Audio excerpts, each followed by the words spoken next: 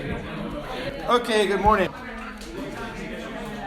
Let's call our class to order. It's nice to be with you again. Seems like so long since I last saw you, and yet it was only yesterday. Anyway, we're back. We're going to talk today about Machiavelli. Turn our attention to his famous work, perhaps one of the most, if not the most famous work ever written in political theory, political philosophy, The Prince. Certainly, I think we could argue it's the most read. Lots of people who otherwise would evince little interest in political theory will have read The Prince, and maybe some of you in this room have already read the text. So we're going to turn our attention to The Prince today, and for the next class, we're going to look at some of the key ideas and thoughts that Machiavelli presents to us in this text. Before we do that, let's note the obvious, the sort of elephant in the room, which is that we finished yesterday, on Tuesday, with Aristotle's The Politics, a work that dates from the 4th century BCE. And now we're turning our attention to a work that was written in the year 1513, maybe 1514. So that's a separation of roughly 1800 years. Let's call it 2 millennia for short. Which raises the question, what on earth was happening for the intervening roughly 2,000 years that not a single work of consequential political philosophy was penned worth our attention? Now, if this class were longer, we could in fact slot in other works between the Aristotelian consideration of the Politics and Machiavelli's The Prince.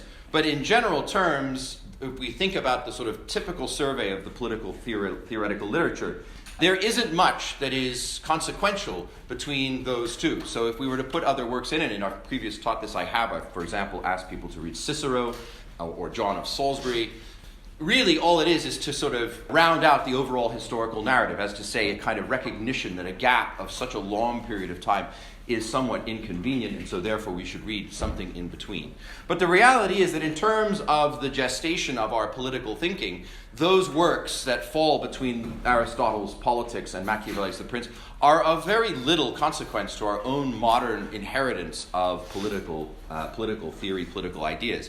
And the reason for that, quite simply, is that for the vast majority of that period, a different way of thinking about the world was essentially supreme, and that is to say a Christian view of the world. So once we have a Christianization of Western Europe, of Western civilization, at that point the question about political philosophy becomes, we might say, subordinated. We noted yesterday in our concluding remarks that the political theory of Aristotle is essentially that because we are all political, it is the most important inquiry. It's something that we should devote our lives to more than any other. But once we move into a Christian framework, that sense of priority shifts, because now our most important duty is not to ourselves as political animals, but in fact to God as his creation. And so it shifts the priority of our thinking and hence of our ideas, the way that we shape, frame, or otherwise consider the world. And so for a lot of the period of intervening period, we operate under a world of what we might call, of what is typically called Christianitas, an idea of a Christian Europe, where temporal rule, how you rule over the affairs of state, is subordinated, is secondary then to this overall soteriology. What matters then in doctrinal terms, what matters in theoretical terms, is how we define and how we achieve salvation in the eyes of God.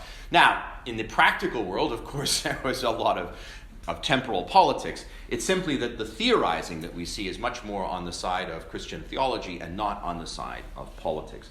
And I think it's that long interregnum between the pragmatic politics of Aristotle and the arrival of The Prince that has made Machiavelli such a powerful and important and imposing figure. Because as if almost from nowhere, he shows up with a text which is so unlike anything that had been written in the previous 1,000 years that it cannot help but command our attention. And almost since its publication in 1532, people have been talking about it. In fact, the number of people who have lost entire careers to exploring Machiavellian thought probably is too great to count. But all this to say that Machiavelli occupies this special space in our Western canon, in our Western thinking, in the trajectory of the development of Western ideas, precisely because his text is so unexpected in the context of this larger Christian tradition. The text itself, the idea of the prince, in some ways, insouciantly actually reflects the very tradition that Machiavelli, in the substance of the text, is rejecting. Because the prince, the title, the prince, declares itself to be part of this larger genre, which is known as the mirror for princes, or sometimes called the speculum literature, the idea of a mirror. And the mirror for princes was a body of literature. It wasn't just a single book, but it was a group of works that were composed over many hundreds of years, in which different authors undertook to discuss how a ruler, given that they had this important divine mandate to rule in God's name, essentially, how then they should acquire the best art of rule. What is it that makes a good ruler, as it were? And there are many works in this field, and if we were to, as I say, the class were longer, we could explore some of them. John of Salisbury's Polycraticus is perhaps one of the best known.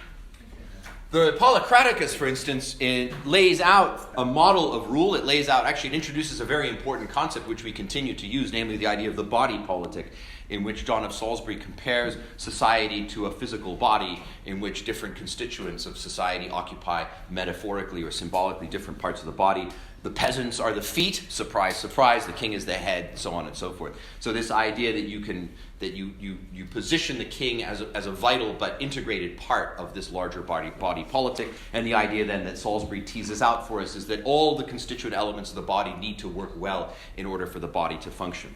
This was a typical kind of thing that we see in the mirror for princes literature, and generally speaking, and it's certainly part of the Polycraticus, it emphasizes the need for the ruler to exercise moral virtue, that the ruler needs to be somebody who has the capacity for good, and not just good in the sense of their character, but also good in the sense of their decision making. They need to be both moral and guided by morality. And so because they are these representatives of God on earth, therefore it is important that the nature of their kingship or the nature of their princeship, whatever it is, their rule, conform then to this divine moral imperative. Much of this mirror literature then emphasizes the things that a prince should do in order to cultivate morality both within and without. A critical example, for instance, being, from whom should a prince seek advice? A prince should not seek to rule solely by themselves, but they should seek out others to give them good advice and the like. And indeed, in this Polycraticus, John of Salisbury goes so far as to argue that you can remove the prince if he fails to fulfill this vital function, that a prince who falls short of this kind of moral quality is a prince who is then exercising tyranny, and a tyrant cannot act in the name of God, and therefore you have a justification to commit regicide, the assassination of the king. Except it's not regicide, it's tyrannicide, because the king is no longer king, the king is now a tyrant. So in the Polycraticus we see this justification for tyrannicide. But it is all based then on this underlying idea that in a Christian context, in a Christian framework, that the basis for authority is divine, and therefore the ruler must reflect those divine principles, those divine ideals. The job of the ruler is to assist people in what matters. And what matters is not the life you are living now. The life you are living now is merely an extended waiting room to the life that really matters. And that is that when you die, you get called in, you are judged, and if you are judged worthy, then you are granted eternal life. So starting from the thought of Augustine, who lived in the 4th century, 5th century, going forward, the emphasis is not on what we do here, but on how we act in order that we may gain a reward later. So it shifts fundamentally the emphasis in theoretical, intellectual terms. Machiavelli, by entitling his book The Prince, Principe, then is clearly placing it inside of this speculum genre. In other words, he's saying, here is a book that you as a prince may use in order to learn the art of rule, in order for you to acquire the things you need to know in order to be a good ruler.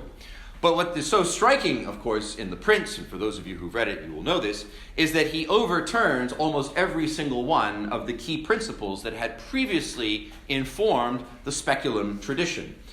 It is fair, I think, to say that at the outset that Machiavelli's work is so striking in part because he demoralizes, he strips the morality from this question of the ruler. The morality of the ruler for Machiavelli is not important. What matters is an art of rule that is grounded in other things. And so, as a work in this genre, it's quite striking because it marks then the end of this sort of general approach towards how we think of authority. It is a non-Christian, shall we say, approach to authority. And indeed, there have been many authors who've wondered, was Machiavelli himself even a Christian? Did he consider himself a Christian? Did he believe, and so on? What was his own take? As we'll see as we go through the text, there is certainly plenty of reason to believe that he was, shall we say, at the very least, highly cynical about the church as an institution and its role that it played in the lives of individuals. So for this reason, the publication of the Prince in 1513 represents a jarring and striking disruption or rupture from what we see before. And it is commonly thought, or commonly today, we commonly periodize this history over this period of time as a moment of transition, moving away from a medieval world into what in English we call the early modern world. And this is this period of time between roughly 1500 up to the French Revolution, in which the nature of political authority and the nature of modes of inquiry are undergoing important shifts. It's worth noting that the Prince, published in 1532, is almost contemporary with the publication of Copernicus's great work on the revolution of heavenly bodies, which is published in 1543. So we start to see in the 1500s the beginning of intellectual inquiry, one might even say scientific inquiry, that starts to change this accepted understanding of ourselves simply as obedient subjects living under or according to a divine order. And so I think it's for that reason, this sort of role that it plays when it does, that it's had such a striking impact on our own thinking. To the point where we can actually characterize Machiavelli with his own adjective, Machiavellian, right? It's a common word that we use, oh, that's very Machiavellian, by which we mean action that is scheming, self-interested, immoral, not guided by ethical principles. The whole idea of being Machiavellian is that you are engaging in a way that is dishonest and self-serving, which of course is exactly the opposite of what the previous speculum literature had insisted upon. Under the previous version, any prince who was acting like that would become a tyrant, and therefore would be subject to things like justified tyrannicide, as laid out by John of Salisbury. And perhaps it's for that reason, then, that Machiavelli wants us to take a different approach, to think differently about these things, because Machiavelli, uninterested, shall we say, in the constructs of the divine order and ourselves as mere obedient subjects under that divine order, recognizes that many people pursue power for its own sake, and if you're going to pursue power for its own sake, you should know how to do it. And so to read a bunch of empty books giving you a bunch of lectures on why you should be morally virtuous and find out or seek out other people who are morally virtuous isn't going to be very effective if your goal is to attain and retain power. And so in that context, then, the blueprint that's laid out in the Prince occupies a very different space. It is not about ideal kingship placed within this larger soteriological vision advanced by Christianity. It is about power as it is exercised by real people whose primary goal is to gain power and to hold on to it.